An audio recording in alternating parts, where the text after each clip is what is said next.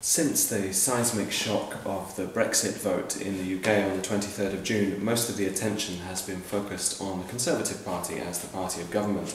The resignation of Prime Minister David Cameron, the rise to Prime Minister of Theresa May, and her shocking appointment of Boris Johnson as Foreign Secretary. However, it's also interesting to look at the Labour Party at the moment, the main opposition party, which is going through a serious crisis, not triggered by Brexit, but certainly exacerbated and brought to the fore. The crisis centres around the leadership of Jeremy Corbyn and the direction the party is going in under his leadership. There's been a challenge put forward by two separate MPs within the parliamentary party, Angela Eagle and Owen Smith, and supported by a vast majority of the parliamentary party who wished Corbyn to leave. However, Corbyn is supported by the vast majority, hundreds of thousands, of Labour members, so there is a direct standoff between the membership and the parliamentary party. The Corbyn camp claim they have the legitimacy from the democratic victory of Corbyn in the election to become leader, elected by the hundreds of thousands of members of the party. However, the parliamentary party claim they have the democratic legitimacy as they were elected by millions of voters. The key issue here is that while Labour is in crisis, there is also a crisis of opposition at a crucial time for the UK. No one is holding the government to account for what are a series of crucial decisions over Brexit, as well as the normal business of governing the country. So why is Labour in crisis? It's a crisis of values, of what the party is for, what the party actually stands for. Is it a centre-left social democratic party, or is it a more traditional leftist or even hard-left party? Will it mirror the kind of politics that we've seen from Podemos in Spain, Syriza in Greece, or Die Linke in Germany?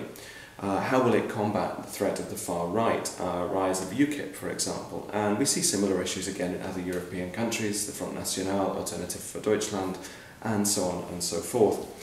This is indicative of a fragmenting political landscape. The difference is that in the UK, it's happening within the Labour Party rather than in the emergence of new political parties. This question of what the party stands for, what its values are, is at the heart of this discussion. For many people, Corbyn has taken the party back to its tradition on the further left of the political spectrum, while for others this is a problem. This is undoing the progress that was made under Neil Kinnock, John Smith, Tony Blair and Gordon Brown to take the party into the centre of the political landscape and appeal to a much wider constituency.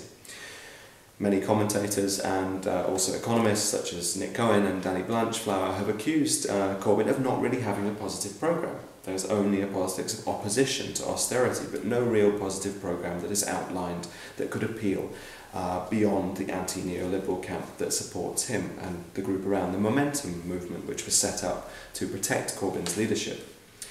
This raises another question of electability.